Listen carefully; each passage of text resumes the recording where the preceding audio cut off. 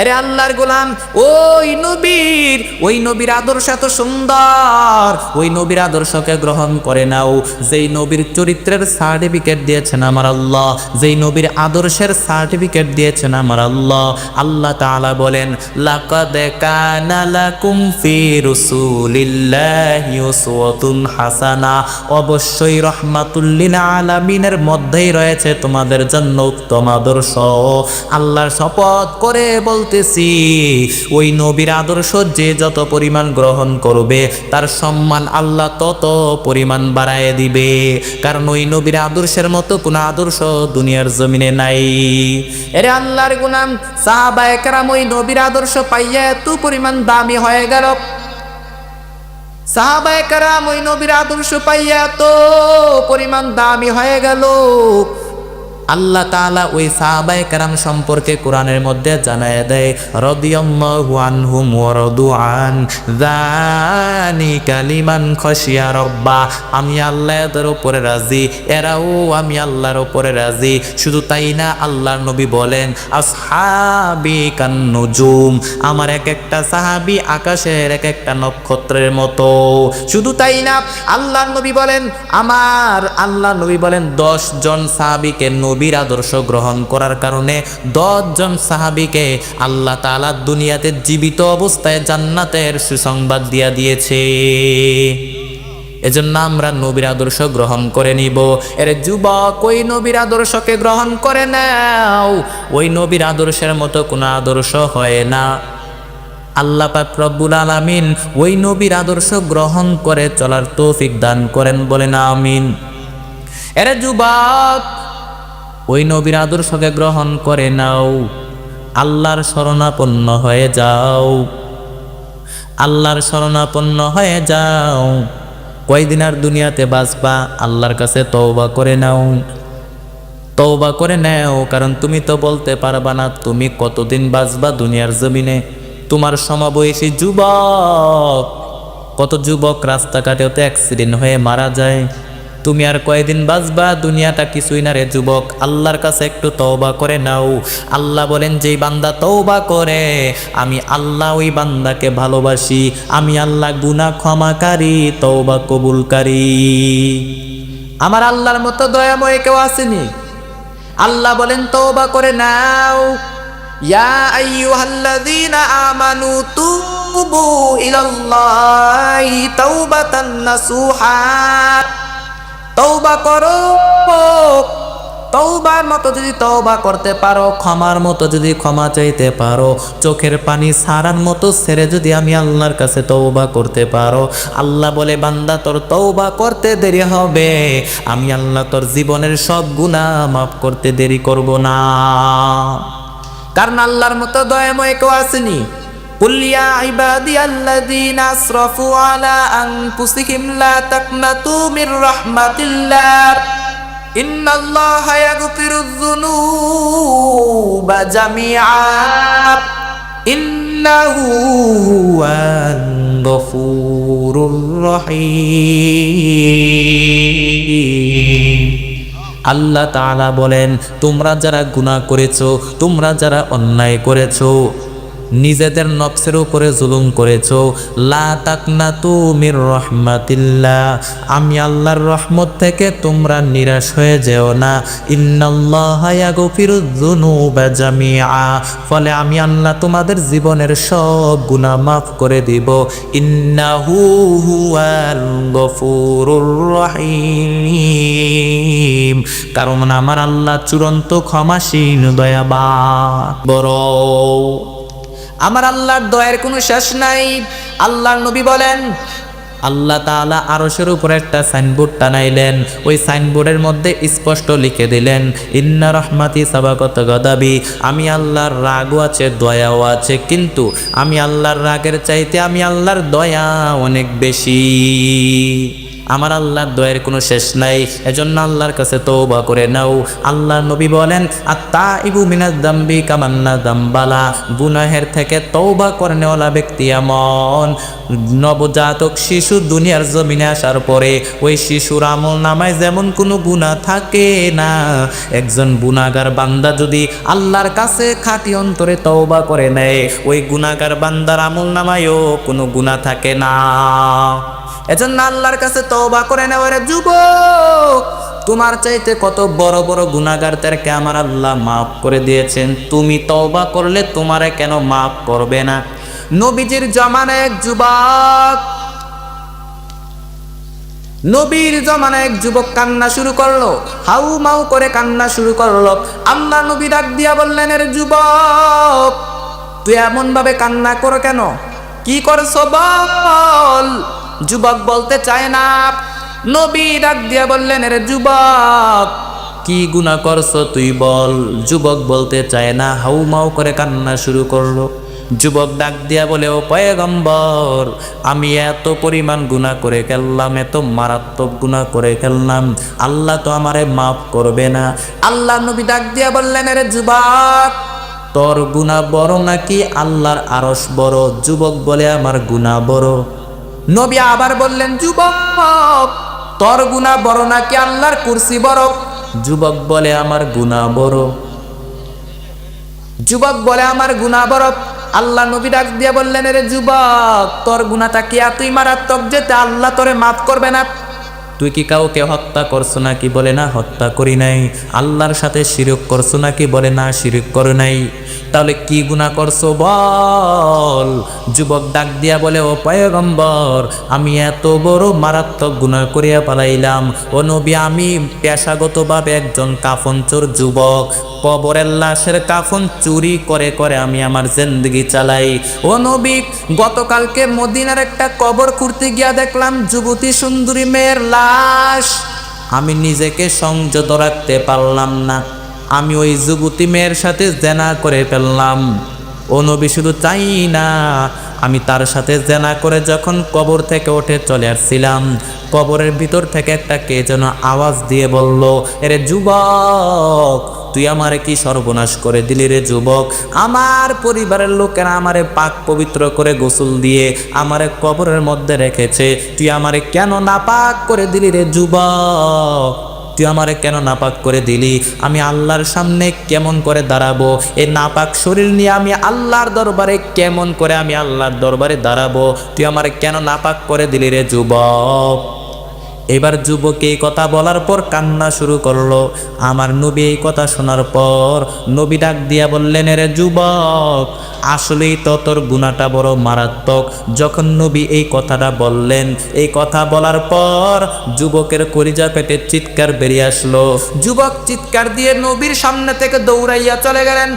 যুবক কান্না করতে লাগলেন আর বলে, হায় হায়, এত বড় গুনাহ আমি করিয়া পারলাম, এত বড় গুনাহ আমি করিয়া পালাইলাম, আল্লাহ তো আমারে মাফ করবে না।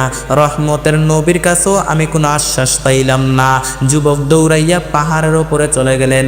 পাহাড়ের উপরে গিয়া আল্লাহকে ডাক দিয়া বলে, হে মালিক খলাকতানি, দেখেন কত সুন্দর তওবা, খলাকতানি ওয়া আনা আবদুক, আয় আল্লাহ তুমি আমারে বানাইছো, ওয়া আনা আবদুক আমি তোমার গোলাম, ওয়া মাইয়াগফিরুয যুনুবা ইল্লাল্লাহ তুমি যদি আমাকে ক্ষমা না করো, মাফ না করো, আমি কার দরজায় যাব রে আল্লাহ? যুবক 40 দিন পর্যন্ত কান্না করতে লাগলো। কয়দিন?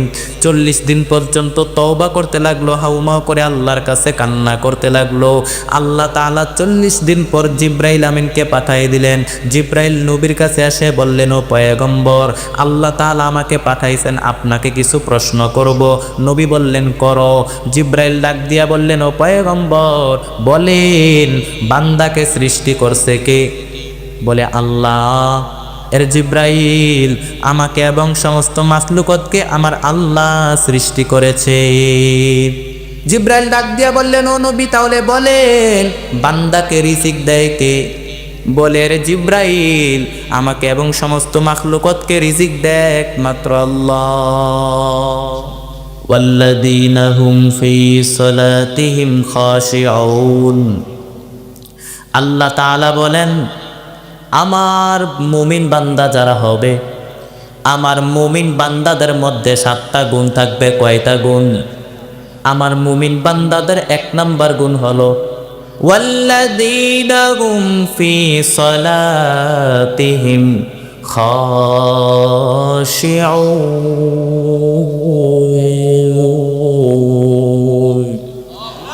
আল্লাহ তাআলা বলেন, আমার মুমিন বান্দা যারা হবে, আমার মুমিন বান্দাদের মধ্যে 7টা গুণ থাকবে।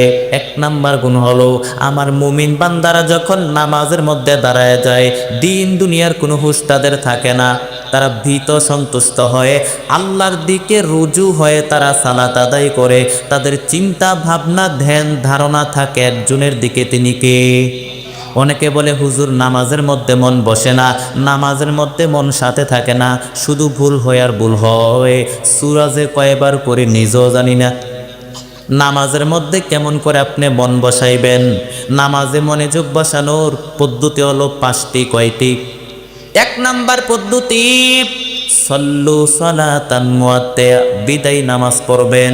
মনে মনে ভাববেন, হতে পারে আজকের নামাজটাই আমার জীবনের শেষ নামাজ। 2 নাম্বার পদ্ধতি, নামাজের আহকাম রুকুনগুলো যখন আদায় করবেন, ধীরস্থিরভাবে আদায় করবেন। নামাজের মধ্যে তাড়াহুড়া করা যাবে না, ধীরস্থিরভাবে আপনি নামাজ আদায় করবেন। নামাজের মধ্যে আপনি তাড়াহুড়া করবেন না। আল্লাহর নবী সাল্লাল্লাহু আলাইহি ওয়াসাল্লাম মসজিদের মধ্যে ঢুকলেন। মসজিদের মধ্যে ঢুকে দেখেন এক সাহাবী নামাজ পড়ে নবীর কাছে আসলেন। আল্লাহর নবী বললেন, ও সাহাবী, সাল্লি ফা ইন্নাকা লাম তুসাল্লি। ও সাহাবী, তুমি নামাজ পড়ো, কারণ তোমার নামাজ হয় নাই। সাহাবী আবার নামাজ পড়লেন, আবার নামাজ পড়ে আবার নবীর কাছে আসলেন। আল্লাহর নবী আবার বললেন, সাল্লি ফা ইন্নাকা লাম তুসাল্লি। সাহাবী, তুমি নামাজ পড়ো, কারণ তোমার নামাজ হয় নাই। সাহাবী আবার নামাজ পড়লেন, আবার নামাজ পড়ে আবার নবীর কাছে আসলেন। আমার নবী একই কথা বললেন, সল্লি ফা ইন্নাকা লাম তুসাল্লি। সাহাবী, তুমি নামাজ পড়ো, কারণ তোমার নামাজ হয় নাই। সাহাবী ডাক দিয়া বললেন, ও পয়গম্বর, এর চাইতে ভালো নামাজ আমি পড়তে জানি না। আল্লাহ নবী বললেন, তাহলে আসো আমি তোমারে নামাজ শিখিয়ে দেই। নামাজের মধ্যে যখন দাঁড়াইবা ধীরস্থিরভাবে দাঁড়াও, রুকুতে যখন যাইবা ধীরস্থিরভাবে রুকুতে যাও, সেজদা ধীরস্থিরভাবে করো। আমাদের দেশে কিছু মুসল্লি আছে, এক সেজদা থেকে রুকু থেকে কোনো রকম মাথাটা উঠাইয়া সেজদার মধ্যে দৌড় মারে। 2 সেজদার মাঝখানে ধীরস্থিরভাবে বসা ওয়াজিব। অনেক মুসল্লি আছে, এক সাজদা থেকে কোনো রকম মাথাটা উঠাইয়া আরেক সাজদায় মুরগির মতো ঠোকর মারে। আসনা নাই? আবার অনেক মুসল্লি ইমামের আগে দৌড় মারে। ইমাম সাহেব সামি আল্লাহু লিমান হামিদা বলে দাঁড়াইছে, ওনার আর সহ্য হয় না, উনি ইমামের আগে দৌড় মারবে। কিন্তু ইমামের আগে দৌড় দিতে গিয়া ইমামের সামনেও যাইতে পারে না, পেছনেও যাইতে পারে না, মাঝখানে গিয়া হ্যাং হয়ে থাকে। এরকম হ্যাং হইন না মুসল্লি আছে না নাই? না, নামাজের মধ্যে হ্যাং হওয়া যাবে না, তাড়াহুড়া নামাজের মধ্যে করা যাবে না, ধীরস্থিরভাবে নামাজ পড়বেন। কারণ আপনি দুনিয়ার কোনো মালিকের দরবারে আপনি যাচ্ছেন না, দুনিয়ার কোনো রাজা বাদশার দরবারে আপনি যাচ্ছেন না, আপনি যাচ্ছেন মহান মালিক একমাত্র আল্লাহ তাআলার দরবারে। ওই মহান মালিকের দরবারে কি তাড়াহুড়া করা যায় নাকি? ওই মহান মালিকের দরবারে যেতে হলে কিছু আদব কায়দা আছে না নাই? আরে আল্লাহর গোলাম, এরপরে নামাজের মধ্যে মনোযোগ বাড়ানোর 3 নাম্বার পদ্ধতি, জামাতের সাথে নামাজ পড়বেন। আল্লাহর নবী বলেন, একা একা নামাজ করলে যতটুকু সওয়াব হয়, জামাতে নামাজ করলে 27 গুণ বেশি সওয়াব হয়। জামাতে নামাজ করবেন, মনোযোগ আল্লাহ তাআলা বাড়ায় দিবেন। কারণ সবাই আল্লাহু আকবার, আমিও আল্লাহু আকবার, সবাই আসসালামু আলাইকুম রহমতুল্লাহ, আমিও আসসালামু আলাইকুম রহমতুল্লাহ। মনোযোগ বেড়ে যাবে, মনোযোগ আর এদিক সেদিক যাবে না। এরপরে নামাজের মধ্যে মনোযোগ বাড়ানোর 4 নাম্বার পদ্ধতি, আপনি নামাজের মধ্যে যা বলবেন অর্থ বুঝে পড়ার চেষ্টা করবেন।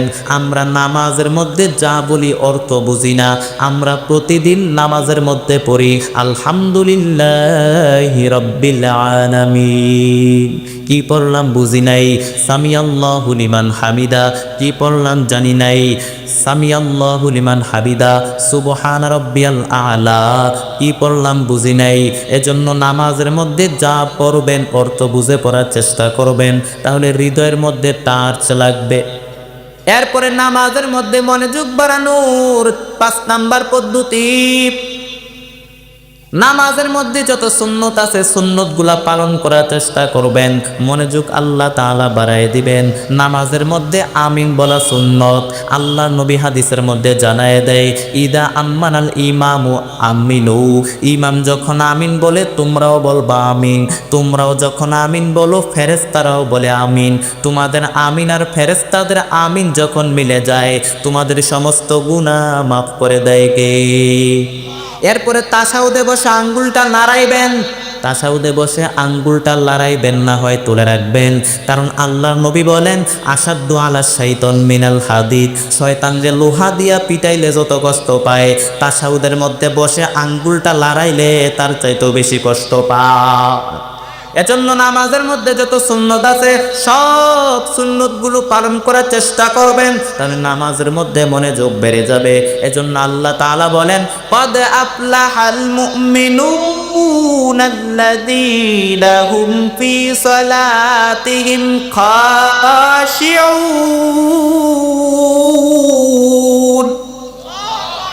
আল্লাহ তাআলা বলেন, সফল হয়েছে তারা, ঈমান এনেছে যারা। আর ঈমানদার বান্দাদের 1 নাম্বার গুণ হলো ওয়াল্লাযীনা হুম ফি সালাতিহিম খাশিউন। মুমিন যখন নামাজের মধ্যে দাঁড়াইবে, মুসল্লিদের অন্তরে ভয় থাকবে একমাত্র কার?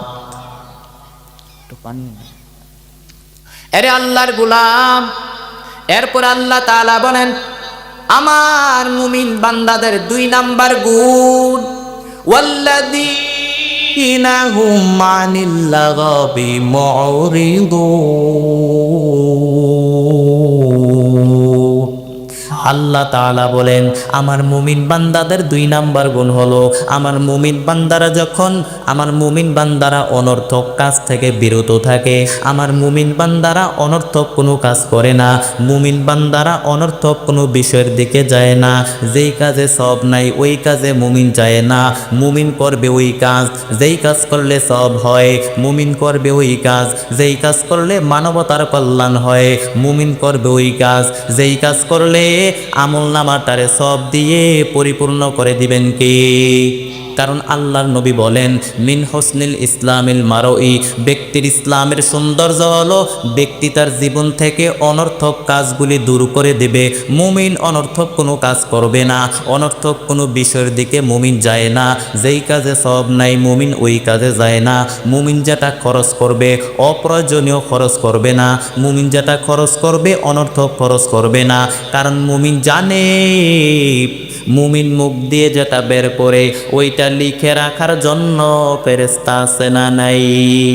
কিরামান কাতিবিনা ইয়ালামুনা মা তাফআলুন। যাই করি না কেন, ভালো হোক মন্দ হোক, লিখে রাখার জন্য কিরামান কাতিবিন আছে না নাই?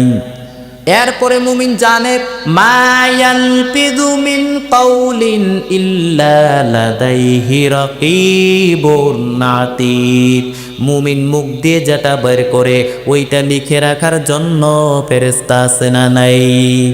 এজন্য মুমিন অনর্থক কোনো কাজ করে না, মুমিন অনর্থক কোনো বিষয়ের দিকে যায় না। মুমিন তার মুখ দিয়ে ওইটাই বের করে যেটা বললে সওয়াব হয়, মুমিন তার চোখ দিয়ে ওইটাই দেখে যেটা দেখলে সওয়াব হয়, মুমিন তার কান দিয়ে ওই জিনিসটাই শ্রবণ করবে যেটা শুনলে সওয়াব হয়, মুমিন তার হাত দিয়ে ওইটাই ধরবে যেটা ধরলে সওয়াব হয়। মুমিন অনর্থক কোনো কাজ করে না, মুমিন অনর্থক কোনো বিষয়ের দিকে যায় না। কারণ আপনি যদি অনর্থক কাজের দিকে মনোনিবেশ করেন, তাহলে ভালো কাজের দিকে মনোনিবেশ করার সুযোগ আপনি পাবেন না। আমাদের দেশের যুবকেরা যত আজে বাজে কাজ আছে, ঠিক না? আল্লাহ পাক আজে বাজে কাজ থেকে বিরত থাকার তৌফিক দান করেন, বলেন আমিন। আরে আল্লাহর গুনাম।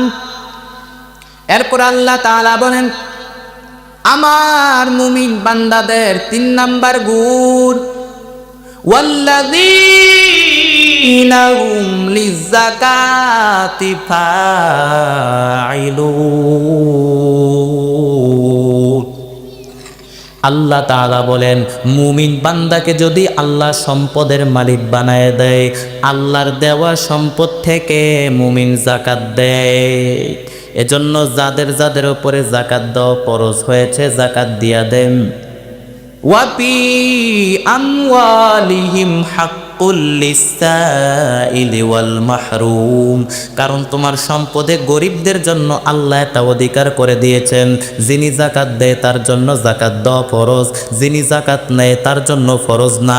তাহলে সে আপনার কাছ থেকে যাকাত নিয়ে আপনার ফরজ কাজটা করার ব্যাপারে আপনাকে সহযোগিতা করেছে, কিন্তু কোনো করুণা আপনি তাকে করেন নাই। এরপর আল্লাহ বলেন, যাকাত দিবি না কেন? তাআলা বলেন, আমি আল্লাহ যেটা রিজিক হিসেবে দিয়েছি ওইখান থেকে দে। সম্পদের মালিক আমি আল্লাহ বানিয়েছি, অর্থ সম্পদ আমি আল্লাহ দিয়েছি, এরপরে আমি আল্লাহ আদেশ করেছি দেওয়ার জন্য। কারণ ইসলাম চায় না রাস্তার এক পার্শ্বে 5 তলা আরেক পার্শ্বে গাছতলা। ইসলাম চায় সম্পদের সমানভাবে তারল্য। এজন্য যাকাত এটা ফরজ দিয়ে দাও, না দিলে কঠিন আযাবের সুসংবাদ দিচ্ছেন কে? ওয়াল্লাযীনা ইয়াকনিজুনা আয-যাহাবা ওয়াল ফিদ্দাতা ওয়া লা ইউনফিকুনাহা ফী সাবিলিল্লাহ ফাবাশশিরহুম বিআযাবিন আলীম। যারা স্বর্ণরৌপ্য জমা করে, টাকা পয়সা জমা করার পর সম্পদের প্রাচুর্যতা থাকা সত্ত্বেও যারা যাকাত দেয় না, ফাবাশশিরহুম বিআযাবিন আলীম, ও নবী আপনি তাদেরকে কঠিন আযাবের সুসংবাদ জানায় দেন। ও মিয়া, আযাবের কি সুসংবাদ হয় নাকি দুঃসংবাদ হয়? তাহলে সুসংবাদ বললেন কেন? তার মানে আযাবটা খুব কঠিন হবে, আযাবটা খুব ডেঞ্জারাস হবে। আপনার সন্তান অন্যায় করছে, শাসন করার জন্য দৌড়ানি দিলেন, ধরতে পারেন নাই, দূর থেকে বললেন আজকে বাড়িতে আইস, এমন মার দেমো মজা টের পাবি। ও মিয়া, মার দিলে কি মজা লাগে না ব্যথা হয়?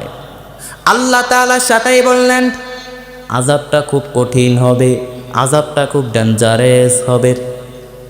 আরে আল্লাহর গুনাহ, এজন্য যাকাত এটা ফরজ দিয়ে দাও, না দিলে কঠিন আযাবের সুসংবাদ দিচ্ছেন কে? এরপরে আবার অনেকে যাকাতের লুঙ্গি দেয়, যাকাতের শাড়ি দেয়, এমন পাতলা শাড়ি একবার ধুইলে দ্বিতীয়বার পরা যায় না। আরে 2 নাম্বার পাতলা শাড়ি লুঙ্গিগুলো নেওয়ার জন্য যারা সিরিয়াল ধরে এরাও পদপৃষ্ঠ হয়ে মারা যায়। এই যাকাত নামের কলঙ্ক সাজানোর জন্য কিয়ামতের ময়দানে আপনাকে জবাবদিহিতার কাঠ করে দাঁড়াতে হবে। যাকাত এটা পুতুল খেলা নয়, যেমন করে মনে চায় কিছু মানুষের হাতে হাতে 200 করে দিয়ে দিলাম এমনটা নয়। এমন করে তুমি যাকাত দাও যেন ওই টাকা দিয়ে তার একটা কর্মসংস্থান হয়, রুজি রোজগার করে কিছু খেতে পারে। অথবা একটা গাড়ি কিনে দেন, একটা রিক্সা কিনে দেন, অথবা একটা ভ্যান কিনে দেন, অথবা একটা গাভী কিনে দেন। ওই গাভীর দুধ বিক্রি করে তার জীবন চলে যাবে, তার পুরা ফ্যামিলিটা চলবে। এটা হচ্ছে যাকাত দেওয়ার পদ্ধতি। আল্লাহ পাক রব্বুল আলামিন আমাদেরকে বুঝার তৌফিক দান করেন, বলেন আমিন। তার মানে আল্লাহ তাআলা বলেন, আমার মুমিন বান্দাদেরকে যদি আমি আল্লাহ সম্পদের মালিক বানিয়ে দেই, মুমিন বান্দা আমি আল্লাহর দেওয়া সম্পদ থেকে যাকাত দেয়। এরপর আল্লাহ বলেন, আমার মুমিন বান্দাদের 4 নাম্বার গুণ, ওয়াল্লাযীনা হুম লিফুরুজিহিম হাফিযুন।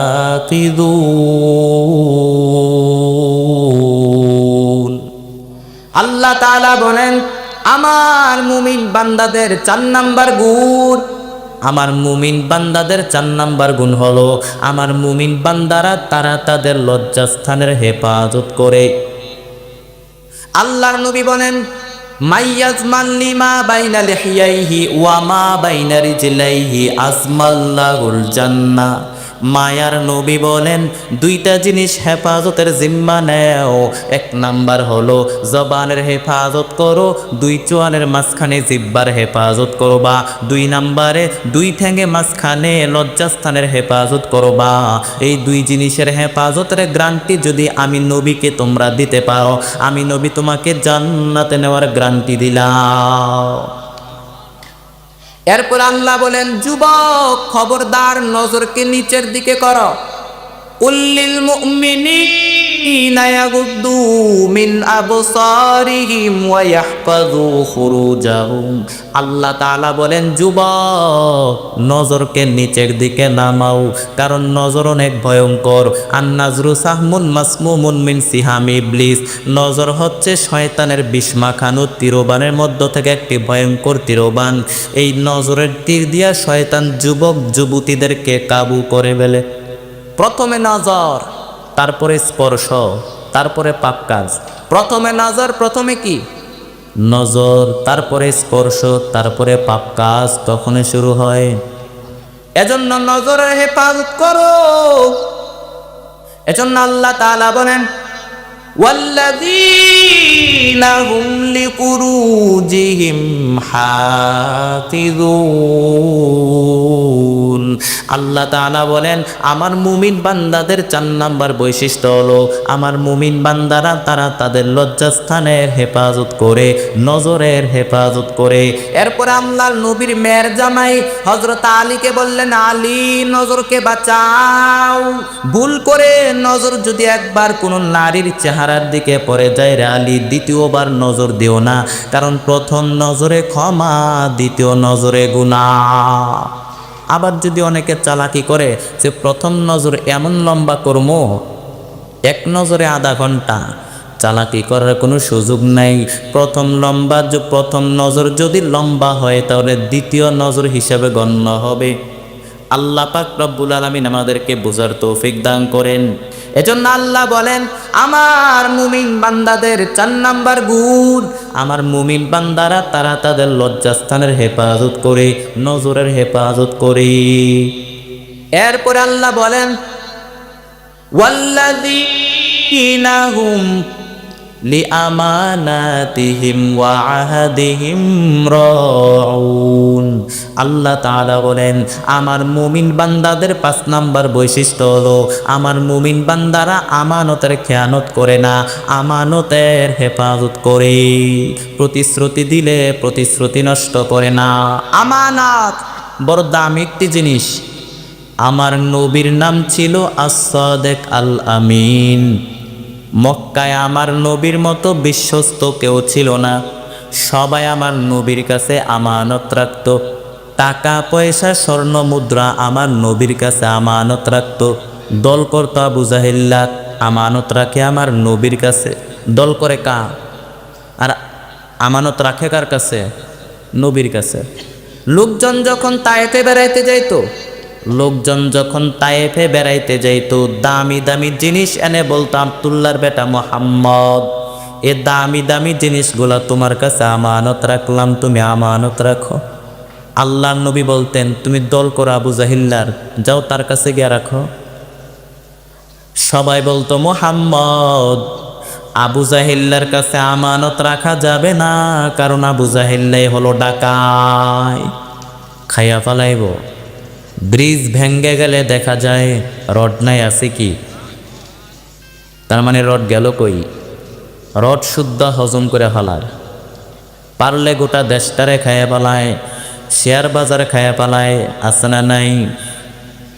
এর জন্য আল্লাহ আমাদেরকে হেফাজত করেন, বলেন আমিন। এজন্য আমানতের হেফাজত করো, আমানতের বড় দাম। আল্লাহ তাআলা বলেন, ইন্নাল্লাহা ইয়া'মুরুকুম আন তুআদ্দুল আমানাতি ইলা আহলিহা। আমানতের হকদার যে তার হাতে আমানত পৌঁছে দাও। আমানতের হকদার যে তার হাতে আমানত পৌঁছে দাও। আমানতের যে খেয়ানত করে, আল্লাহর নবী বলেন সে মুনাফিক। মুনাফিকের কয়েকটা আলামত আল্লাহর নবী বলেছেন, আয়াতুল মুনাফিকি সালাস, মুনাফিকের আলামত হলো তিনটা। ইদা হাদ্দাতা কাযাবা, মুনাফিক যখন কথা বলে মিথ্যা বলে। ওয়া ইদা ওয়াদা আখলাফা, মুনাফিক যখন ওয়াদা দেয় খেলাপ করে। ওয়া ইদা তুমিনা খানা, আমানত রাখলে খেয়ানত করে। আমানতের হেফাজত করে হে মুমিন। আমানত বড় ব্যাপক বিষয়। আপনার সুস্বাস্থ্য আপনার কাছে আমানত, আপনার সুন্দর চেহারা আপনার কাছে আমানত, আপনার স্ত্রী সন্তান পুত্র আপনার কাছে আমানত, আপনি সমাজের মধ্যে খুব পরিচিত, খুব ফেমাস, ওইটা আপনার কাছে আমানত। আল্লাহ তাআলা যাকে যেই দায়িত্ব দিয়েছেন ওইটা তার কাছে আমানত। চেয়ারম্যান সাহেব, ইউনিয়ন পরিষদের সব কিছু আপনার কাছে আমানত। মেম্বার সাহেব আপনার কাছে আমানত। এরপরে মেম্বার অব দ্য পার্লামেন্ট, এর নির্বাচনী পুরাটা এলাকায় আপনার কাছে আমানত। যিনি মন্ত্রী পুরা মন্ত্রণালয় তার কাছে আমানত। যিনি প্রধানমন্ত্রী, আমার দেশের লাল সবুজের পতাকা তার কাছে আমানত। সেনাবাহিনীর কাছে দেশের ভূখণ্ড রক্ষা করা তাদের কাছে আমানত। মেম্বার অব দ্য পার্লামেন্ট, এর নির্বাচনী এলাকায় যদি ইয়াবার আসর জমে, এর নির্বাচনী এলাকায় যদি টেন্ডারবাজি হয়, আপনার নির্বাচনী এলাকায় যদি ইয়াবার আসর জমে, আপনি যদি ভেঙ্গে না দেন, আপনার নির্বাচনী এলাকায় যদি কোন যৌতুকের জন্য কোনো মায়ের গায়ে হাত দেওয়া হয়, কিয়ামতের দিন আপনাকে জবাবদিহিতা করতে হবে। আপনার এলাকায় যদি কেউ দর্শিতা হয়, দুনিয়াতে বিচার পায় নাই, কিন্তু আখেরাতে বিচার আছে না নাই? আপনার নির্বাচনী এলাকার মধ্যে বিভিন্ন রেল স্টেশনের মধ্যে, বিভিন্ন বাস স্ট্যান্ডের মধ্যে পথ মানুষ গলি কাঁথা নাই, কম্বল নাই, কনকনে শীতের মধ্যে ঘুমায়, তাদের গায়ে কম্বল দিয়ে দেওয়া আপনার উপরে দায়িত্ব ছিল। এরপরে পথ শিশুগুলি তাদেরকে দেখভাল করা আপনার উপরে দায়িত্ব ছিল। এরপরে সুবিধা বঞ্চিত মানুষগুলাকে ভাতা দেওয়া আপনার উপরে দায়িত্ব। এরপরে আপনার এরিয়ার মধ্যে যত আকাম কুকাম হয় সবগুলো আপনার উপরে দায়িত্ব ছিল। আমানত বড় ব্যাপক বিষয়। এজন্য মুমিন আমানতের খেয়ানত করে না, মুমিন আমানতের হেফাজত করে।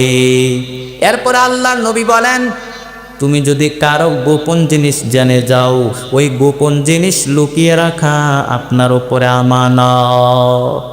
আপনি যদি অন্যের গোপন জিনিস প্রচার করার দায়িত্ব নেন, আপনার গুমর ফাঁস করে দেওয়ার প্রচার করার দায়িত্ব নেবেন কে? এজন্য আল্লাহ তাআলা বলেন, আমার মুমিন বান্দাদের 5 নাম্বার গুণ, ওয়াল্লাযীনা হুম লিআমানাতিহিম ওয়া আহদিহিম রাউন। আমার মুমিন বান্দাদের 5 নাম্বার বৈশিষ্ট্য হলো, আমার মুমিন বান্দারা আমানতের খেয়ানত করে না, আমানতের হেফাজত করে। এরপরে 6 নাম্বার গুণ হলো ওয়া আহদিহিম রাউন। আমার মুমিন বান্দারা ওয়াদা দিলে, প্রতিশ্রুতি দিলে প্রতিশ্রুতি ভঙ্গ করে না, প্রতিশ্রুতি নষ্ট করে না। ইন্নাল আহদা কানা মাসউলা। কি কি কথা আপনি দিয়েছেন, কি কি ওয়াদা আপনি দিয়েছেন, ওই কথাটা রেখেছেন কিনা কিয়ামতের ময়দানে আপনাকে জিজ্ঞেস করবেন কে? কে জিজ্ঞেস করবেন? আমরা মাইক পেলে অনেক কথা দেই, টাকা দিব, ভাতা দিব, চাকরি দিব, দেশের চেহারা পাল্টায় দিব, সময় মতো সব কিছু ভুলে যায়, ডিগবাজি মারে, আছে না নাই? এজন্য কি কি কথা আপনি দিয়েছেন, কি কি ওয়াদা আপনি দিয়েছেন, ওই কথাটা রেখেছেন কি না কিয়ামতের ময়দানে আপনাকে জিজ্ঞেস করা হবে। এজন্য আল্লাহ তাআলা বলেন, আমার মুমিন বান্দাদের 6 নাম্বার গুণ, আমার মুমিন বান্দারা প্রতিশ্রুতি দিলে প্রতিশ্রুতি নষ্ট করে না, আমার মুমিন বান্দারা প্রতিশ্রুতি রক্ষা করে।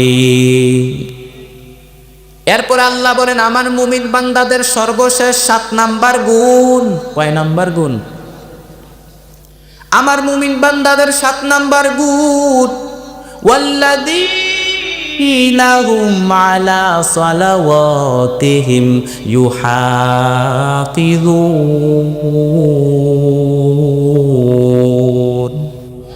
আল্লাহ তাআলা বলেন, আমার মুমিন বান্দাদের সর্বশেষ 7 নাম্বার গুণ, আমার মুমিন বান্দারা সব কিছু নষ্ট হতে দিতে রাজি, কিন্তু নামাজ নষ্ট হতে দিতে রাজি না।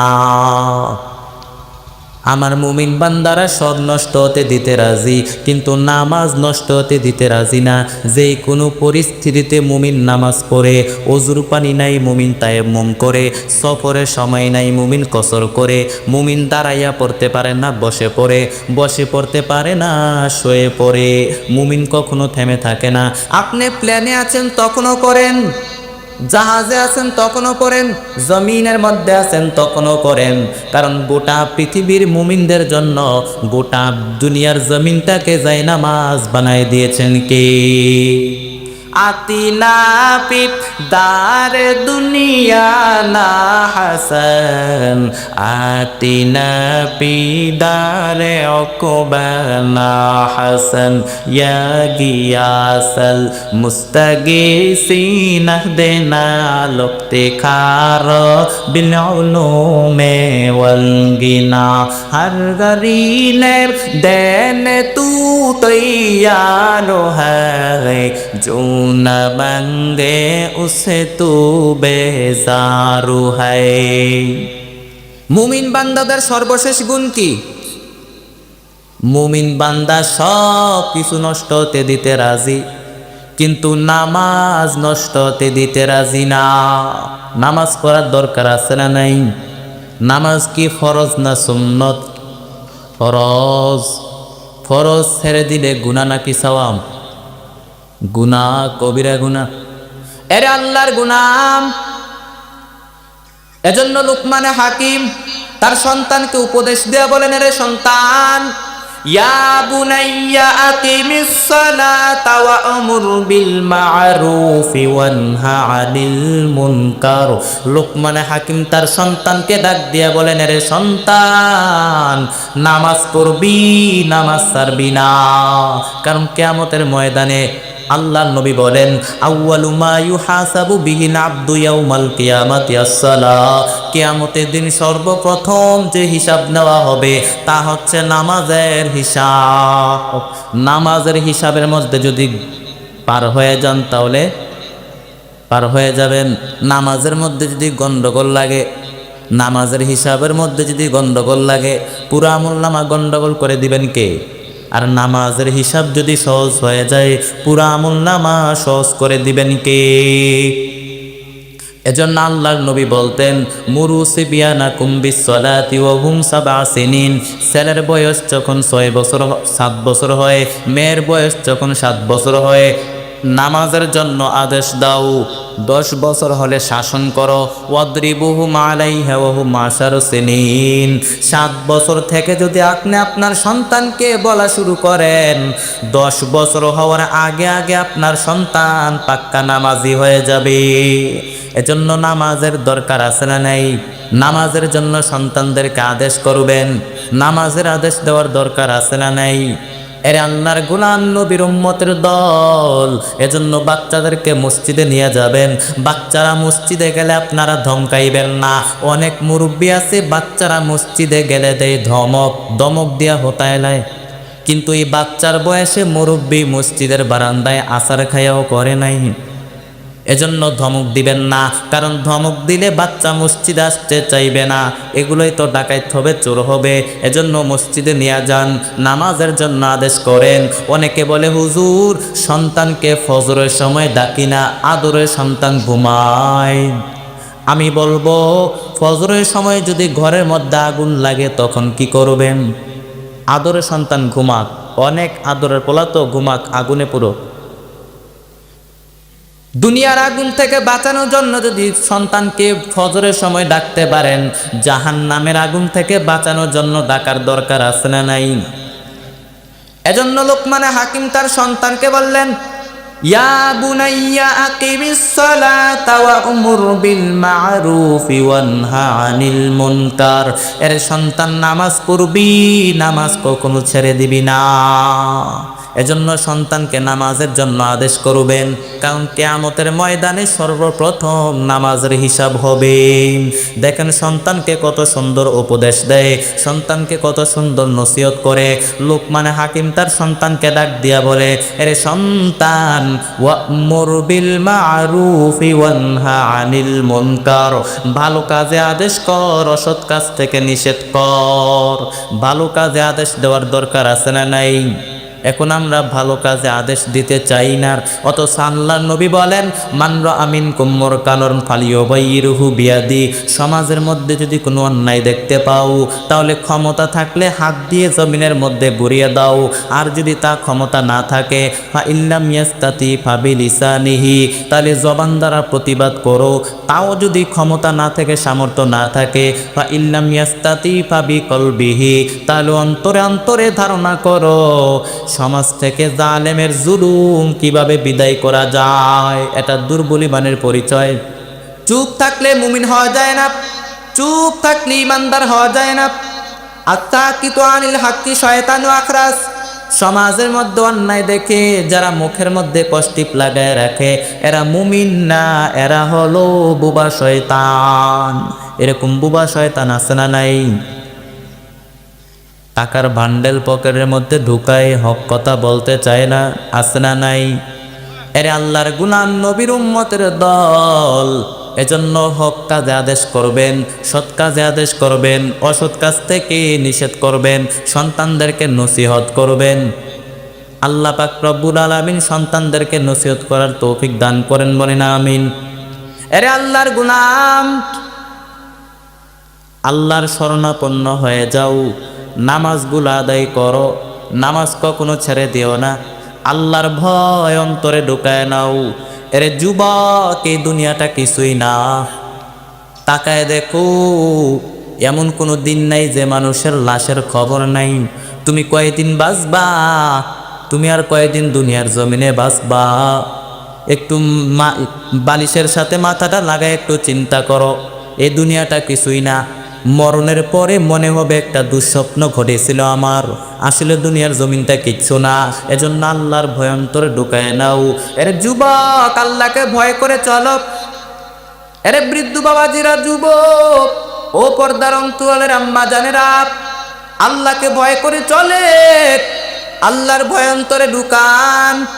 সন্তানগুলাকে কোরআনওয়ালা বানান, স্বামীর খেদমত করেন, স্বামীর আনুগত্য করেন, সন্তানগুলাকে কোরআনওয়ালা বানান, নিজে নামাজ পড়েন, আল্লাহকে ভয় করে চলেন। ও মা, আপনারা তো নবীদের মা, আপনারা তো ওলিদের মা, আপনারা তো হাফেজে কোরআনের মা, আপনারা তো আলেমদের মা। ও মা, আপনাদের কত দাম, কত দাম।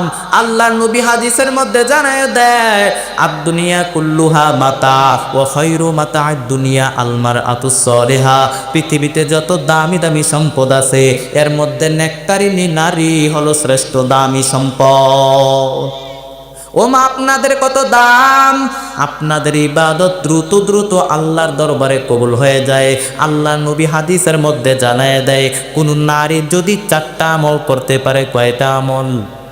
কোন নারী যদি 4টা আমল করতে পারে, ইদা সাল্লাত খামসাহা ওয়া সামাত শাহরাহা আতাআত বালাহা হাফিজাত ফুরুজাহা ফালতাদখুল মিন আইয়ি আবওয়াবিল জান্নাতি শাআত। আল্লাহর নবী বলেন, কোন নারী যদি 4টা আমল করতে পারে, ওই নারীর জন্য জান্নাতের 8টা দরজা খুলে দেওয়া হবে। আল্লাহ নবী বলেন, 1 নম্বরে হলো ইদা সাল্লাত খামসাহা, কোন নারী যদি 5 বেলার নামাজ পড়ে, ও সামাত শাহরাহা, রমজানের রোজা রাখে, আতাআত বালাহা, স্বামীর আনুগত্য করে, হাফিজাত ফুরুজাহা, লজ্জাস্থানের হেফাজত করে, নিজের সতীত্বের হেফাজত করে, এই 4টা আমল যদি কোনো নারী করতে পারে, ওই নারীর জন্য জান্নাতের 8টা দরজা খুলে দেওয়া হবে। যেই দরজা দিয়ে মনে চায় ওই দরজা দিয়ে জান্নাতের মেহমান হয়ে যাবে। ও মা, আল্লাহকে ভয় করেন, আপনাদের ইবাদত দ্রুত দ্রুত আল্লাহর দরবারে কবুল হয়। ও মা, আল্লাহর ইবাদত করেন, আল্লাহকে ভয় করে চলেন, 5 ওয়াক্ত নামাজ পড়েন, সন্তানগুলাকে কোরআনওয়ালা বানান, আল্লাহর ইবাদত করেন, আল্লাহকে ভয় করে চলেন। ও মা, আল্লাহর ভয় কাকে বলা হয়? আল্লাহর ভয় কাকে বলা হয়? সাহাবায়ে কেরাম এমনভাবে আল্লাহকে ভয় করতেন, এমনভাবে ভয় করে করে চলতেন। আবু বকর, ওমর, উসমান, আলী রাদিয়াল্লাহু আজমাইন আল্লাহকে এমনভাবে ভয় করতেন, সারাটা জীবন কান্না করে তারা কাটায় দিয়েছেন। হযরত ওমর রাদিয়াল্লাহু তাআলা আনহু জান্নাতের টিকেট হাতের মধ্যে রেডি, এরপরেও আল্লাহর কত ভয়। দিনের বেলায় মানুষের বিচার করেন, রাত্রিবেলা বাড়ি বাড়ি ঘুরেন, কি সমস্যা খবর নেই। এক বাড়ির কিনারায় গিয়া দাঁড়ায় শোনেন, ঘরের মধ্যে মা তার মেয়েকে বলে, ও সন্তান, বাজারে দুধ বিক্রি করতে নিতে গেলে পানির অংশ বেশি বাড়াইয়ে দিবা। মেয়েটা ডাক দিয়া বলে, মা, উমর যদি খবর পায় আমাদের কল্লা কেটে ফেলবে। মা বলে, উমর তো দেখেও না শুনেও না। উমর কিন্তু ঘরের কিনারায়, দরজার কিনারায় সে কথাগুলো শুনতেছেন। মেয়েটা ডাক দিয়া বলে, বাপ, উমর যদিও দেখবে না, তবে আমার আল্লাহ তো দেখবে। দুনিয়ার কেউ দেখবে না, কে দেখবেন? আল্লাহকে ফাঁকি দেওয়ার কোনো উপায় আছে নাকি? আরে আল্লাহর গোলাম যুবক, আল্লাহকে ভয় করে চলেন, আল্লাহর ভয় অন্তরে ঢুকায় নাও। যিনি আল্লাহকে ভয় করে চলে তার নাম হলো মুত্তাকিন।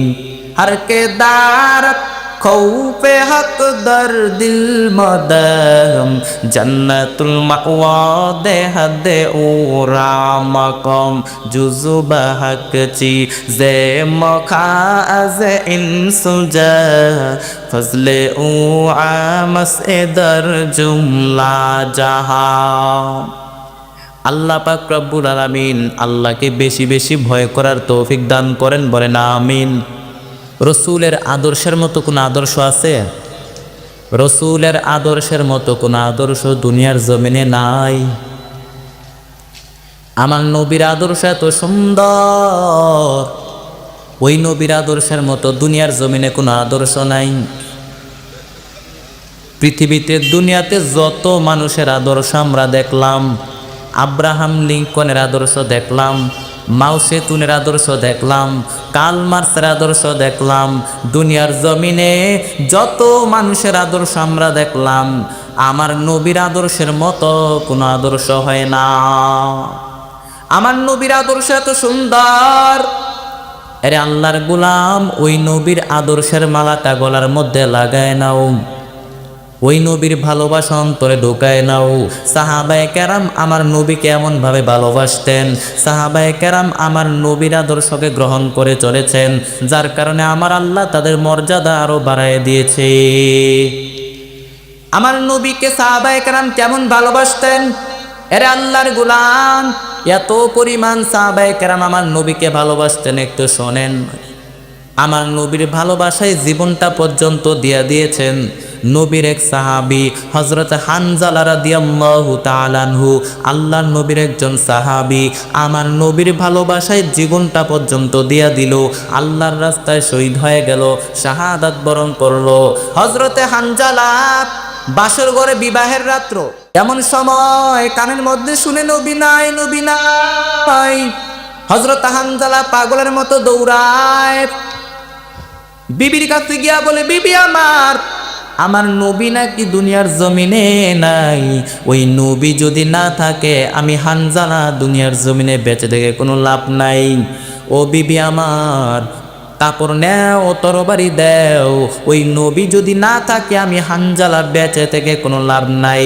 বিবি ডাক দিয়া বললেন, স্বামী আমার, আপনার উপরে তো গোসল ফরজ হয়ে গেল, অতএব আপনি ফরজ গোসলটা করে নেন, তারপরে আপনি উহুদের ময়দানে যান, যুদ্ধ করেন, কোনো বাধা নাই। হযরতে হানজালা বললেন, না না, যেই নবীর জন্য জীবন পাইলাম ওই নবী যদি না থাকে আমি হানজালা বেঁচে থেকে কোনো লাভ নাই। আমি আজকে কার জন্য গোসল করব? ওই নবী যদি না থাকে আমি হানজালা বেঁচে থেকে কোনো লাভ নাই। তরবারি দাও। হযরত হানজালা বিবির কাছ থেকে তরবারি নিয়ে দৌড়ায় উহুদের ময়দানে চলে গেলেন। উহুদের ময়দানে যাওয়ার পর যুদ্ধ করে করে অনেকগুলা কাফের বেঈমানদেরকে দুনিয়ার জমিন থেকে বিদায় করে জাহান্নামের মধ্যে পাঠিয়ে দিলেন। হযরত হানজালা যুদ্ধ করতে করতে করতে বীরের মতো যুদ্ধ করতে করতে হযরত হানজালা এক পর্যায়ে শাহাদাত বরণ করলেন, শহীদ হয়ে গেলেন। উহুদের যুদ্ধ শেষ হওয়ার পর আমার নবী ডাক দিয়া বললেন, ও সাহাবায়ে কেরাম, উহুদের ময়দানে যারা শাহাদাত বরণ করেছে, উহুদের ময়দানে যারা শহীদ হয়ে গেছে, আল্লাহর রাস্তায় আল্লাহর দ্বীন প্রতিষ্ঠা করতে গিয়া যারা শাহাদাত বরণ করেছে, সব শহীদদেরকে বিনা গোসলে কবর দেওয়ার ব্যবস্থা করে দাও। আরে আল্লাহর গোলাম, যারা আল্লাহর রাস্তায় শহীদ হয়ে যায় তাদেরকে গোসল দেওয়া হয় না, বরং তারা যে অবস্থায় শহীদ হয় ওই অবস্থায় তাদেরকে কবরের মধ্যে রাখা হয়। কারণ কিয়ামতের ময়দানে, হাসরের ময়দানে তারা আল্লাহর সামনে দাঁড়ায় যাবে। হাসরের ময়দানে তারা রক্তাক্ত শরীর নিয়ে আল্লাহর সামনে দাঁড়ায় যাবে। আরে আল্লাহর গোলাম, আল্লাহর নবী ডাক দিয়া বললেন, ও সাহাবায়ে কেরাম, যারা উহুদের ময়দানে শাহাদাত বরণ করেছে, যারা উহুদের ময়দানে শাহাদাত বরণ করেছে, সব শহীদদেরকে বিনা গোসলে দাফন করার ব্যবস্থা করে দাও। এমন সময় ময়দান থেকে এক মহিলা ডাক দিয়া বলে, ও পয়গম্বর, যারা উহুদের ময়দানে শাহাদাত বরণ করেছে সব শহীদদেরকে যদিও আপনি বিনা গোসলে কবর দিবেন, ও নবীর মধ্যে একটা লাশ আছে যার নাম হলো হানজালা। ও নবী, হানজালাকে বিনা গোসলে দাফন করা যাবে না, কবর দেওয়া যাবে না। ও নবী, আমি হানজালার বিবি, ও নবী, হানজালার উপরে গোসল ফরজ হয়ে গেছে। ও নবী, ওই হানজালার উপরে গোসল ফরজ হয়ে গেছে। আপনার মহাব্বতে ফরজ গোসল না করে আপনার মহাব্বতে আল্লাহর দিল আল্লাহর জমিনে প্রতিষ্ঠা করার জন্য তরবারি নিয়ে উহুদের ময়দানে দৌড়ায়, তরবারি নিয়ে উহুদের ময়দানের মধ্যে দৌড়ায়। আরে আল্লাহর গোলাম, নবীর উম্মত, ওই বিবি ডাক দিয়া বললেন, ও পয়গম্বর, যারা উহুদের ময়দানে শাহাদাত বরণ করেছে তাদেরকে আপনি বিনা গোসলে যদি আপনি কবর দিবেন, কিন্তু হানজালা নামের মানুষটারে বিনা গোসলে কবর দেওয়া যাবে না। ও নবী, যে হানজালা আপনার মহাব্বতে ফরজ গোসল না করে আল্লাহর দিন কায়েম করার জন্য উহুদের ময়দানে দৌড়ায়, উহুদের ময়দানে গিয়া যুদ্ধ করে করে শাহাদাত বরণ করেছে, উহুদের ময়দানে শাহাদাত বরণ করেছে, ও নবী, ওই হানজালাকে বিনা গোসলে কবর দেওয়া যাবে না, দাফন করা যাবে না। আল্লাহর নবী ডাক দিয়া বললেন, সাহাবায়ে কেরাম, যারা উহুদের ময়দানে শাহাদাত বরণ করেছে হযরত হানজালাকে গোসল ছাড়া কবর দেওয়া যাবে না। হানজালার লাশটা খুঁজে বের করে নিয়ে আসো। সাহাবায়ে কেরাম চলে গেলেন, পুরা উহুদের ময়দান খুঁজলেন, কিন্তু হানজালার লাশ কোথাও পাওয়া যায় নাই। নবীকে ডাক দিয়া বললেন, ও পয়গম্বর, পুরা উহুদের ময়দান খুঁজলাম কিন্তু হানজালার লাশ পাওয়া যায় নাই, হানজালার লাশ আমরা কোথাও পাই নাই। এমন সময় গায়বী থেকে আওয়াজ, জিব্রাইল ডাক দিয়া বললেন, ও পয়গম্বর, হানজালার লাশ কোথাও পাওয়া যাবে না, উহুদের ময়দানে পাওয়া যাবে না। ও নবী, যেই হানজালা আপনার মহাব্বতে ফরজ গোসল না করে আল্লাহর দিন বাস্তবায়নের জন্য উহুদের ময়দানে দৌড়ায়, উহুদের ময়দানে গিয়া যুদ্ধ করে করে শাহাদাত বরণ করেছে, ওই হানজালার গোসল দুনিয়ার পানি দিয়া হবে না। ওই হানজালার উপরে আমার আল্লাহ এত পরিমাণ খুশি হয়ে গেল, ওই হানজালার উপরে আমার আল্লাহ এত পরিমাণ রাজি হয়ে গেল, ওই হানজালার গোসল দুনিয়ার কোনো পানি দিয়া হবে না, হবে না। ওই হানজালার গোসল হবে জান্নাতের পানি দিয়া। হাউজে কাউসার থেকে পানি নিয়া নিয়া ফেরেশতাদের মাধ্যমে আসমানের মধ্যে গোসলের ব্যবস্থা হয়ে গেছে। কান্দিয়া বে কুলোরে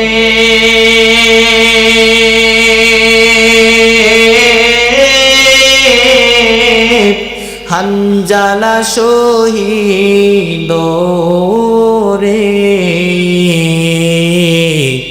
কলিজা সে রেখেছে রে সেই জঙ্গে উহুদে, নবীর এক সাহাবী ছিলেন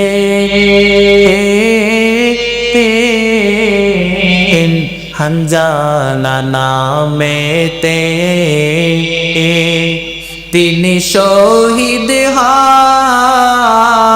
হয়েছিলেন বিবাহের রাত্রিতে রে সেই জঙ্গে ওহুদে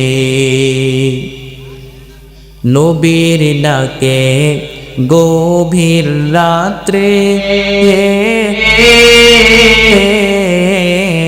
কহেন বিবির তরে বিয়ের রাত্রে না বসামি বিয়ের রাত্রে চোল সিরানে বিদায় দেওয়া মারে রে যাব জঙ্গে ওহুদে হাত তুলে স্ত্রী বলে মাওলারি দরবারে বিয়ের রাত্রে না বসামি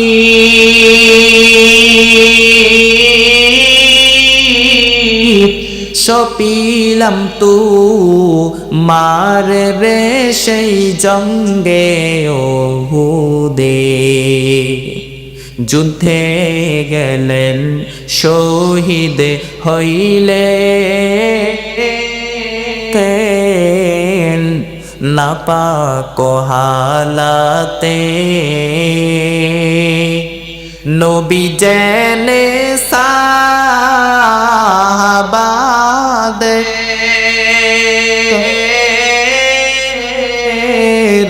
বলেন গোসল দিতে রে সেই জঙ্গে ওহুদে অমনি গাইবি আওয়াজ নবীজি পাহিলেন শুনিতে হানজালার গোসল হয়েছে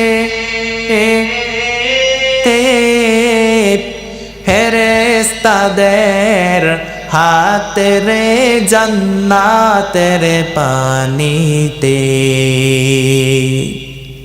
এরে আল্লাহর গোলাম নবীর উম্মত ওই নবীর ভালোবাসায় হযরত হানজালা জীবনটা পর্যন্ত দিয়া দিল আমার নবীর মহাব্বতে আমার নবীর প্রেমে পাগল হইয়া নিজের জীবনটা পর্যন্ত আল্লাহর রাস্তায় দিয়া দিল আরে আল্লাহর গোলাম ওই নবীর ভালোবাসা অন্তরে ঢুকায় নাও সাহাবায়ে কেরাম আমার নবীকে কত পরিমাণ ভালোবাসতেন শুধু সাহাবায়ে কেরাম কেন সমস্ত গাছ পর্যন্ত আমার নবীকে কেমন ভাবে ভালোবাসে একটা মরা খেজুরের গাছ আমার নবীর প্রেমে কান্নায় জারজার পেয়ে গেল মরা খেজুরের গাছ আমার নবী রাস্তা দিয়া চলতেছে জুমার নামাজ পড়ানোর জন্য আমার নবী রওনা হয়ে গেলেন হঠাৎ করে তাকায় দেখেন মৃত খেজুরের গাছ থেকে কান্নার আওয়াজ আমার নবী ডাক দিয়া বললেন ও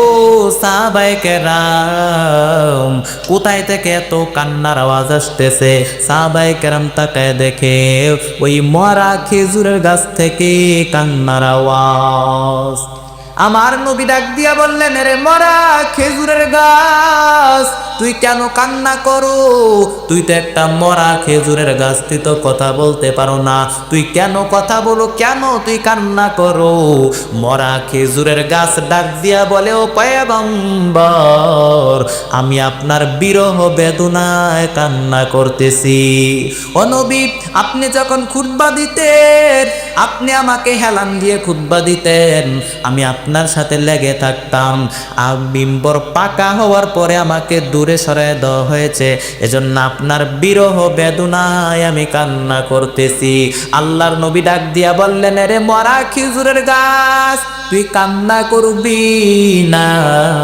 আমি তোর জন্য দোয়া করিয়া দেই তুই আরেকটা জীবিত খেজুরের গাছ হয়ে যাবি শুধু তাই না, আমি তোর জন্য দোয়া করে দেই, তুই জীবিত খেজুরের গাছ হয়ে যাবি, কিয়ামত পর্যন্ত হায়াত পাবি।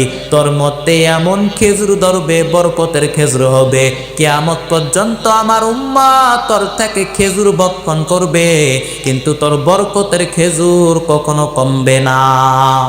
মরা খেজুরের গাছ ডাক দিয়া বললেন, ও পয়গম্বর, আমি একটা জীবিত খেজুরের গাছ হতে চাই না। ও নবী, আমি একটা জীবিত খেজুরের গাছ হতে চাই না, আমার মধ্যে বরকতের খেজুর হোক, আমি তাও চাই না, আমি কিয়ামত পর্যন্ত হায়াতও চাই না। তা আল্লাহর নবী ডাক দিয়া বললেন, তাহলে তুই কি চাস?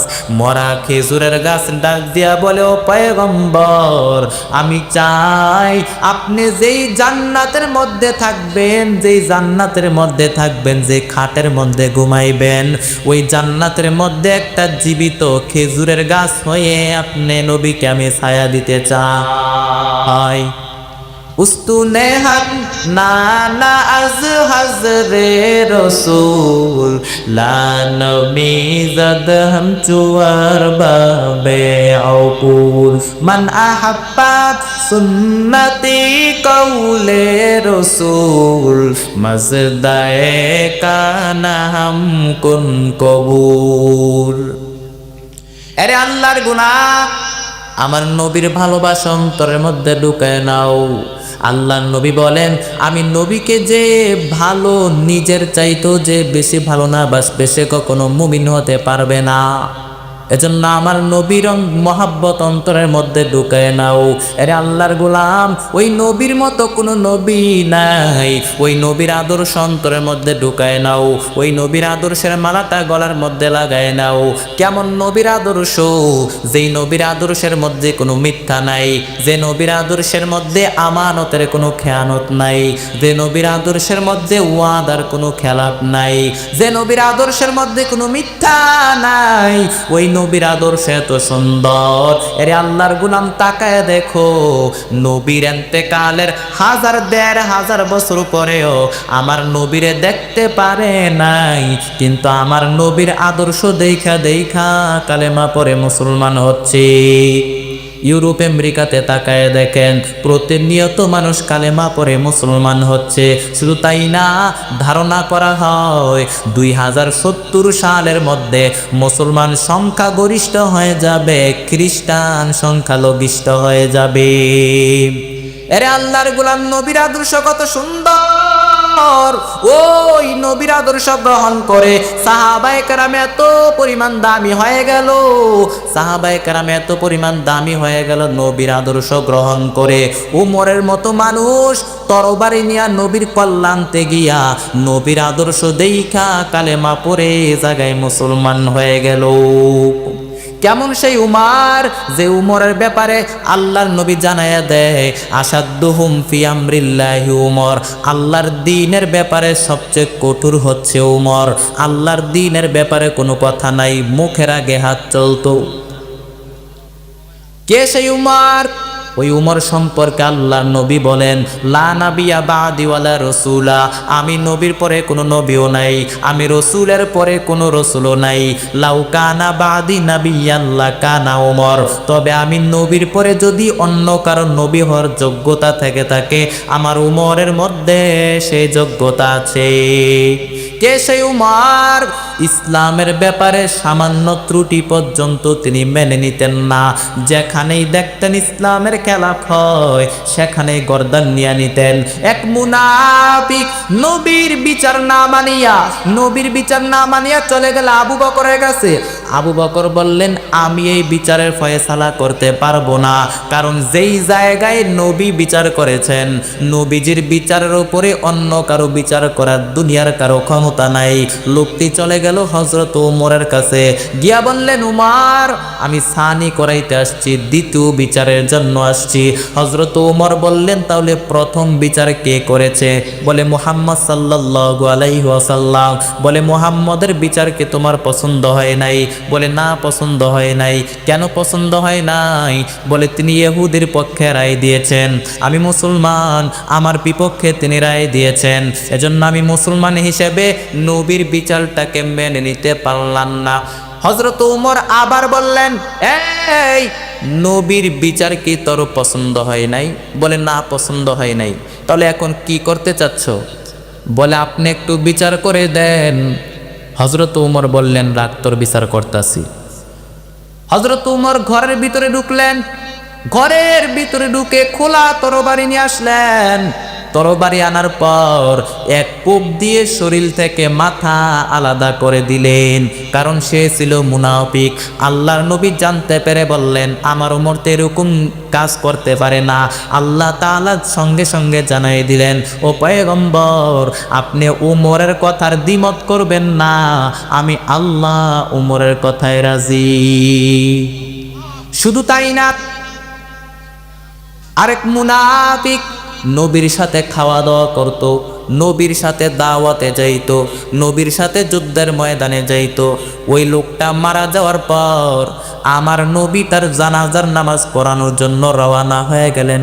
হযরত উমর পেছন থেকে জামা টেনে ধরলেন আর ডাক দিয়া বললেন, ও পয়গম্বর, আপনি তার জানাজার নামাজ পড়াইতে পারবেন না, কারণ সে ছিল মুনাফিক, মুনাফিকদের সর্দার, ইসলামের অনেক ক্ষতি করেছে। ও নবী আপনাকে অনেক পরিমাণে কষ্ট দিয়েছে, আপনি তার জানাজার নামাজ পড়াইতে পারবেন না। আল্লাহর নবী তো মায়ার নবী, আমার নবী তো দয়ার নবী, রহমাতুল্লিল আলামিন। আল্লাহর নবী বললেন, উমর, আমাকে তুমি ছেড়ে দাও, আমি তার জানাজার নামাজ পড়াইব, কারণ আমার আল্লাহ তো আমারে নিষেধ করেন নাই, অতএব আমি তার কাছে যাব, তার জানাজার নামাজ পড়াবো। এইবার আল্লাহর নবী তার কাছে চলে গেলেন, ওই মুনাফিকের জানাজার নামাজের ইমামতি করলেন। এরপরে শুধু তাই না, নিজের জুব্বা মোবারক তার গায়ের মধ্যে পরায় দিলেন। শুধু এতটুকুই না, নবীর নিজের লালা মোবারক তার মুখের মধ্যে দিয়ে দিলেন। আল্লাহ তাআলা এবং লম্বা দোয়া করলেন আমার নবী। আল্লাহ তাআলা আয়াত নাজিল করে দিলেন, ও পয়গম্বর, ইস্তাগফিরু লাহুম আও লা তাস্তাগফিরু লাহুম ৭০ মাররা। ও নবী, আপনি একবার না, দুইবার না, তিনবার না, ৭০ বার যদি আপনি তার জন্য দোয়া করেন, ইস্তেগফার করেন, আমি আল্লাহ এই মুনাফিকের মাফ করব না। ও নবী, আপনার অনেক ক্ষতি করেছে, আপনাকে অনেক পরিমাণে কষ্ট দিয়েছে, ইসলামের ঘোর দুশমন, মুনাফিকি করেছে, মুনাফিকদের সর্দার ছিল। ও নবী, ইসলামের বিভিন্ন ভাবে ক্ষতি করেছে, মুনাফিকদের সর্দার। ও নবী, ৭০ বার যদি আপনি তার জন্য দোয়া করেন, আমি আল্লাহ এ মুনাফিকের মাফ করব না। মুনাফিক আছে না নাই? মুনাফিকদের ঠিকানা হলো জাহান্নাম। ইন্নাল মুনাফিকিনা ফিদ দারাকিল আসফালি মিনান নার ওয়া লান তাজিদ লাহুম নাসীরা। আল্লাহ তাআলা বলেন, মুনাফিকদের ঠিকানা হলো জাহান্নামের সর্বনিম্ন স্তরে। এজন্য মুনাফিকদের থেকে সাবধান থাকা লাগবে। এই মুনাফিকের বাচ্চারা ইসলামের ঘোর দুশমন। তারা সামনাসামনি মুসলমানের লেবাস পরে, টুপি পাঞ্জাবি পরে, কিন্তু তারা মুসলমানের লেবাস পরে ইসলামকে ধোঁকা দেয়, ইসলামের ক্ষতি করে। ঠিক কিনা? আরে আল্লাহর গোলাম, কে সেই উমর? ওই উমরের ব্যাপারে আল্লাহ তাআলা কোরআনের 23 জায়গায় আয়াত নাজিল করে দিয়েছেন। শুধু তাই না, আল্লাহর নবী বলেন, এরে উমর, ওয়াল্লাযী নাফসি বিয়াদিহি মা লাকিকা শাইতানু ফাজ্জান সালিকান ইল্লা সালাকা ফাজ্জান গায়রু ফাজ্জিক। এরে উমর, শয়তান তোমারে যেই রাস্তা দিয়ে আসতে দেখে, শয়তান ওই রাস্তা ছেড়ে দিয়ে অন্য রাস্তায় হাঁটে। উমর কেমন দামি হয়ে গেল! নবীর আদর্শ গ্রহণ করার কারণে শয়তান পর্যন্ত উমরকে ভয় পায়। আপনি আল্লাহকে ভয় করেন, দুনিয়ার সব কিছু ভয় করবে আপনাকে, কারণ আল্লাহ তাআলা সব কিছু আপনার জন্য সৃষ্টি করেছেন। আপনি আল্লাহকে ভয় করেন, দুনিয়ার সব কিছু আপনার পায়ের নিচে।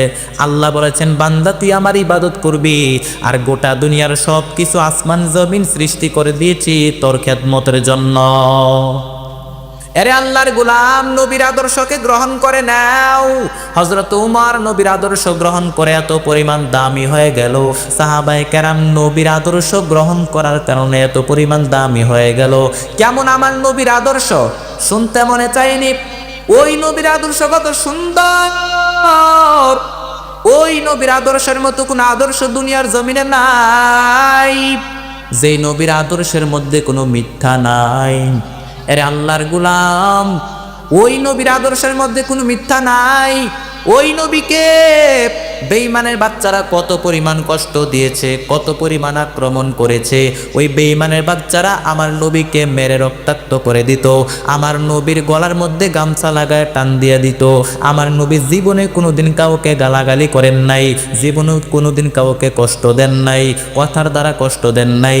আমার নবী কাউকে জবানের দ্বারাও কাউকে কষ্ট দেন নাই, গালি দেন নাই। অথচ কত বেঈমানের বাচ্চারা আমার নবীকে কত গালি দিয়েছে, কত কষ্ট দিয়েছে। এক ইহুদি বেঈমান আমার নবীকে এত পরিমাণ গালাগালি করা শুরু করলো, আমার নবীকে এত পরিমাণ গালাগালি করা শুরু করলো। আমার নবী গালির জবাব দেয় না, মুস্কি মুস্কি হাসে। পাশে দাঁড়ায় আছেন হযরত আবু বকর। আবু বকর তাকায় দেখে বেঈমান আমার নবীকে গালি দেয়, কত পরিমাণ গালাগালি শুরু করলো, কতক্ষণ আর সহ্য করা যায়। হযরত আবু বকর গালির জবাব দিয়া দিলেন। হযরত আবু বকর গালির জবাব দেওয়া মাত্র আমার নবীর মনটা বেজার হয়ে গেল, মলিন হয়ে গেল। আবু বকর ডাক দিয়া বললেন, ও পয়গম্বর, এতক্ষণ পর্যন্ত যে ইহুদি বেঈমান আপনাকে গালি দিতেছিল, আপনি হাসতেছিলেন, আর এখন আমি আবু বকর গালির জবাব দেওয়া মাত্র আপনার মনটা মলিন হয়ে গেল, আপনার মনটা বেজার হয়ে গেল। কারণটা কি? আল্লাহর নবী ডাক দিয়া বললেন, আবু বকর, আমি যা জানি তুমি তো তা জানো না। এতক্ষণ পর্যন্ত যে ইহুদি বেঈমান আমি নবীকে গালি দিতেছিল, আল্লাহর একজন রহমতের ফেরেশতা আমাদের পক্ষ হইয়া গালির জবাব দিতেছিল। যখন তুমি বিচারটা নিজ হাতে নিয়ে নিলা, গালির জবাব দিয়া দিলা, তখন রহমতের ফেরেশতা চলে গেল, আমার মনটা বেজার হয়ে গেল। আরে আল্লাহর গোলাম, বেঈমানের বাচ্চারা কত ইহুদিরা আমার নবীকে কত পরিমাণ গালি দিয়েছে, আমার নবীকে গালি দিয়েছে, কিন্তু আমার নবী গালির জবাব দেন নাই, আমার নবী কথার দ্বারা কাউকে কষ্ট দেন নাই। আরে আল্লাহর গোলাম, আমার নবী জীবনে কোনোদিন মিথ্যা কথা বলেন নাই। মিথ্যা কথা বলেছেন নাকি? অথচ মক্কার মানুষেরা আমার নবীকে আল আমিন বলে ডাকতো, সত্যবাদী বলে ডাকতো, দল করতো আবু জাহিল্লার, সবকিছু আমার নবীর কাছে আমানত রাখতো, আমানত। এরে আল্লাহর গোলাম, ওই নবীর আদর্শ কত সুন্দর। সিলমান কাতাকা ওয়া আফু আম্মান যালামাক ওয়া আহসিন ইলা মান আসাইদাই। আল্লাহর নবী বলেন, এরে উম্মত, আত্মীয়তার বন্ধনটারে ছিন্ন করিও না, আত্মীয়তার বন্ধনটারে বরং মজবুত করে দাও। যে তোমার উপরে জুলুম করে তাকে মাফ করে দাও। কেউ যদি তোমাকে গালি দেয়, তোমার সাথে খারাপ আচরণ করে, তুমি তাকে মাফ করে দাও, গালাগালি করিও না, তুমি তাকে ভালো ব্যবহার উপহার দিয়া দাও। আরে আল্লাহর গোলাম, আমার নবী মিলাই দিতেন, ঝগড়া লাগলে আমার নবী মিলাই দিতেন। আমাদের সমাজের মধ্যে এমন কিছু মানুষ আছে, ঝগড়া লাগলে আরো ঝগড়া লাগায় দেয়, আছে না নাই? যেখানে পানি ঢালার দরকার ওইখানে তেল দেয়। আল্লাহর নবী বলেন, আত্মীয়তার বন্ধনটারে ছিন্ন করিও না, মজবুত করে দাও। ভাইয়ে ভাইয়ে ঝগড়া লাগলে মিটমাট করে দাও। এরপরে স্বামী স্ত্রীর মধ্যে ঝগড়া লাগলে মিটমাট করিয়ে দাও, ঝগড়া বাড়ায়ও না। আল্লাহর নবী ঝগড়া লাগলে মিলাই দিতেন। আল্লাহর নবী মক্কার জমিন থেকে মদিনায় যখন হিজরত করলেন, মদিনায় যাওয়ার পর মদিনার মধ্যে দুইটা গোত্র ছিল, আউস আর খাসরাজ। দুইটা গোত্রের মধ্যে মারামারি, 120 বছর পর্যন্ত মারামারি। এই মারামারি কেউ বন্ধ করতে পারে না। আমার নবী যখন মক্কা থেকে মদিনার জমিনে হিজরত করলেন, মদিনায় যাওয়ার পর মাত্র 1 সপ্তাহের ব্যবধানে আমার নবী তাদের ঝগড়া বন্ধ করে দিলে। তার মানে আমার নবী মিলাই দিতেন, ঝগড়া লাগলে ঝগড়া লাগাই দিতেন না। ভাইয়ে ভাইয়ে ঝগড়া হলে নবী মিলাই দিতেন, স্বামী স্ত্রীর মধ্যে ঝগড়া হলে নবী মিলাই দিতেন। এজন্য মিলাই দিবেন, লাগাই দিবেন না। এরে আল্লাহর গোলাম, ওই নবীর আদর্শ এত সুন্দর, ওই নবীর আদর্শকে গ্রহণ করে নাও। যেই নবীর চরিত্রের সার্টিফিকেট দিয়েছেন আমার আল্লাহ, যেই নবীর আদর্শের সার্টিফিকেট দিয়েছেন আমার আল্লাহ। আল্লাহ তাআলা বলেন, লাকাদ কানা লাকুম ফি রাসূলি রাসূলিল্লাহি উসওয়াতুন হাসানা, অবশ্যই রাহমাতুল লিল আলামিনের মধ্যেই রয়েছে তোমাদের জন্য উত্তম আদর্শ। আল্লাহর শপথ করে বলতেছি, ওই নবীর আদর্শ যে যত পরিমাণ গ্রহণ করবে তার সম্মান আল্লাহ তত পরিমাণ বাড়ায় দিবে, কারণ ওই নবীর আদর্শের মতো কোনো আদর্শ দুনিয়ার জমিনে নাই। এরে আল্লাহর গোলাম, সাহাবায়ে কেরাম ওই নবীর আদর্শ পাইয়া এত পরিমাণ দামি হয়ে গেল। সাহাবায়ে কেরাম ওই নবীর আদর্শ পাইয়া এত পরিমাণ দামি হয়ে গেল, আল্লাহ তাআলা ওই সাহাবায়ে কেরাম সম্পর্কে কোরআনের মধ্যে জানায় দেয়, রাদিয়াল্লাহু আনহুম ওয়া রাদু আন, যালিকা লিমান খাশিয়া রাব্বা। আমি আল্লাহ এদের উপরে রাজি, এরাও আমি আল্লাহর উপরে রাজি। শুধু তাই না, আল্লাহর নবী বলেন, আসহাবি কান নুজুম, আমার এক একটা সাহাবী আকাশের এক একটা নক্ষত্রের মতো। শুধু তাই না, আল্লাহর নবী বলেন, আমার আল্লাহর নবী বলেন 10 জন সাহাবীকে নবীর আদর্শ গ্রহণ করার কারণে 10 জন সাহাবীকে আল্লাহ তাআলা দুনিয়াতে জীবিত অবস্থায় জান্নাতের সুসংবাদ দিয়া দিয়েছে। এজন্য আমরা নবীর আদর্শ গ্রহণ করে নিব। এর যুবক, ওই নবীর আদর্শকে গ্রহণ করে নাও। ওই নবীর আদর্শের মতো কোনো আদর্শ হয় না। আল্লাহ পাক রব্বুল আলামিন ওই নবীর আদর্শ গ্রহণ করে চলার তৌফিক দান করেন, বলেন আমিন। এর যুবক, ওই নবীর আদর্শকে গ্রহণ করে নাও, আল্লাহর শরণাপন্ন হয়ে যাও, আল্লাহর শরণাপন্ন হয়ে যাও। কয়দিন আর দুনিয়াতে বাঁচবা, আল্লাহর কাছে তওবা করে নাও, তওবা করে নাও, কারণ তুমি তো বলতে পারবা না তুমি কতদিন বাঁচবা দুনিয়ার জমিনে। তোমার সমবয়সী যুবক, কত যুবক রাস্তাঘাটেও তো অ্যাক্সিডেন্ট হয়ে মারা যায়। তুমি আর কয়দিন বাঁচবা, দুনিয়াটা কিছুই না রে যুবক। আল্লাহর কাছে একটু তওবা করে নাও। আল্লাহ বলেন, যেই বান্দা তওবা করে আমি আল্লাহ ওই বান্দাকে ভালোবাসি।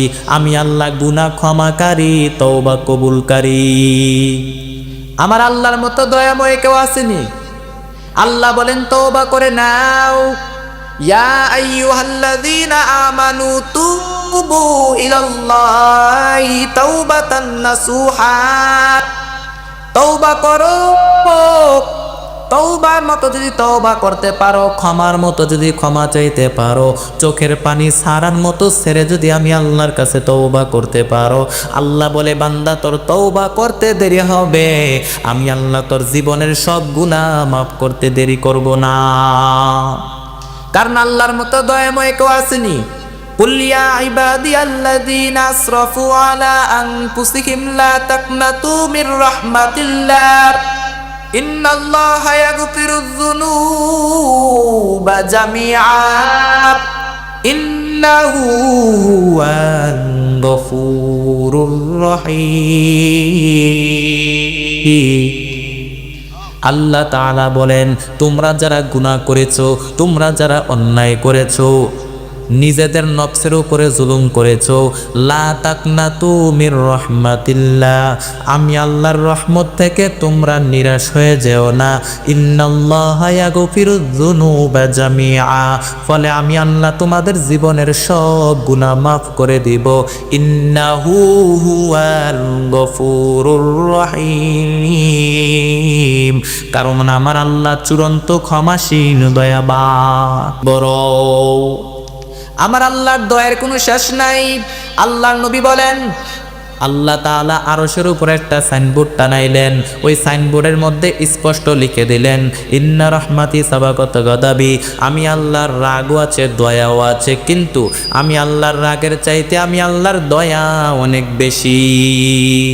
আমার আল্লাহর দয়ার কোনো শেষ নাই। এজন্য আল্লাহর কাছে তওবা করে নাও। আল্লাহর নবী বলেন, আত-তাইবু মিনাজ যামবি কামান্না যামবালা, গুনাহের থেকে তওবা করেনেওয়ালা ব্যক্তি এমন নবজাতক শিশু দুনিয়ার জমিনে আসার পরে ওই শিশুর আমল নামায় যেমন কোনো গুনাহ থাকে না, একজন গুনাহগার বান্দা যদি আল্লাহর কাছে খাঁটি অন্তরে তওবা করে নেয়, ওই গুনাহগার বান্দার আমল নামায়ও কোনো গুনাহ থাকে না। এজন্য আল্লাহর কাছে তওবা করে নেওয়ার যুবক, তোমার চাইতে কত বড় বড় গুনাহগারদেরকে আমার আল্লাহ মাফ করে দিয়েছেন। তুমি তওবা করলে তোমারে কেন মাফ করবে না? নবীজির জামানায় এক যুবক নবীর জমানায় এক যুবক কান্না শুরু করলো, হাউ মাউ করে কান্না শুরু করলো। আল্লাহ নবী ডাক দিয়া বললেন, এর যুবক তুই এমন ভাবে কান্না করো কেন? কি করছো বল? যুবক বলতে চায় না। নবী ডাক দিয়া বললেন, এর যুবক কি গুনাহ করছো তুই বল।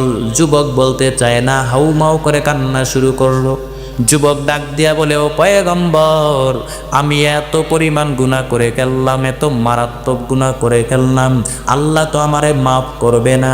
আল্লাহ নবী ডাক দিয়া বললেন, আরে যুবক তোর গুনাহ বড় নাকি আল্লাহর আরশ বড়? যুবক বলে, আমার গুনাহ বড়। নবী আবার বললেন, যুবক তোর গুনাহ বড় নাকি আল্লাহর কুরসি বড়?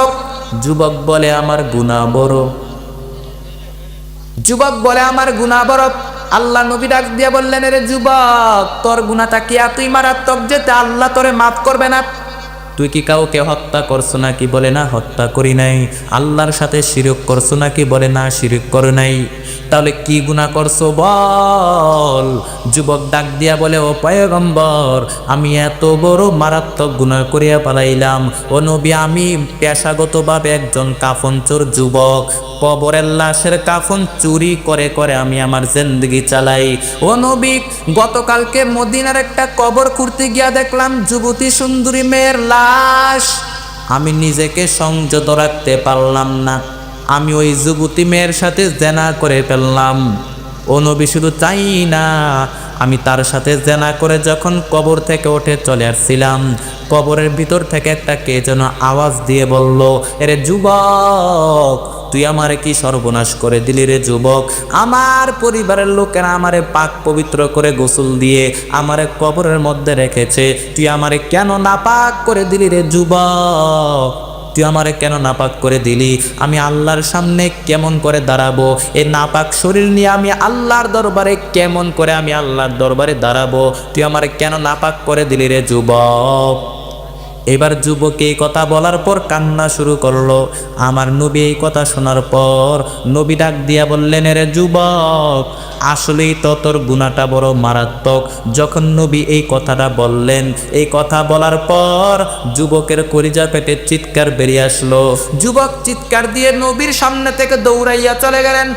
যুবক কান্না করতে লাগলেন আর বলে, হায় হায়, এত বড় গুনাহ আমি করিয়া পারলাম, এত বড় গুনাহ আমি করিয়া পালাইলাম, আল্লাহ তো আমারে মাফ করবে না। রহমতের নবীর কাছেও আমি কোনো আশ্বাস পাইলাম না। যুবক দৌড়াইয়া পাহাড়ের ওপরে চলে গেলেন।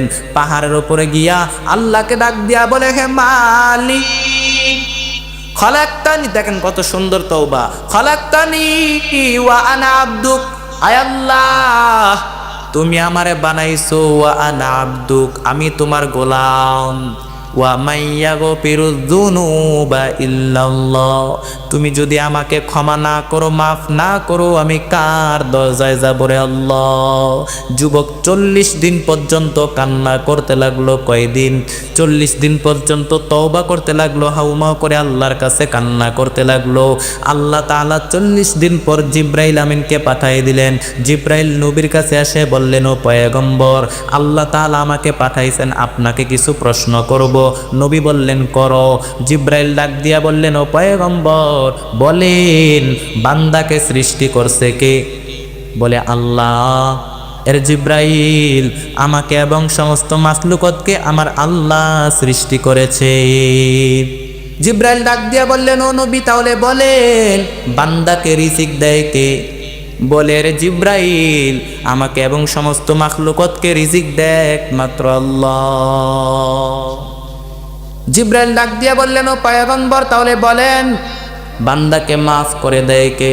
নবী ডাক দিয়া বললেন, ও জিব্রাইল, আল্লাহ ছাড়া আমার বান্দাদেরকে মাফ করে দেওয়ার তো দুনিয়াতে কেউ নাই। জিব্রাইল ডাক দিয়া বললেন, ও নবী, আমার আল্লাহ যদি মাফ করে দেয় তাহলে ওই জেনাকার যুবকেরও আমার আল্লাহ মাফ করে দিয়েছে। ইয়া ইলাহি तू मेरा माबूद है, या इलाही तू मेरा माशूक है।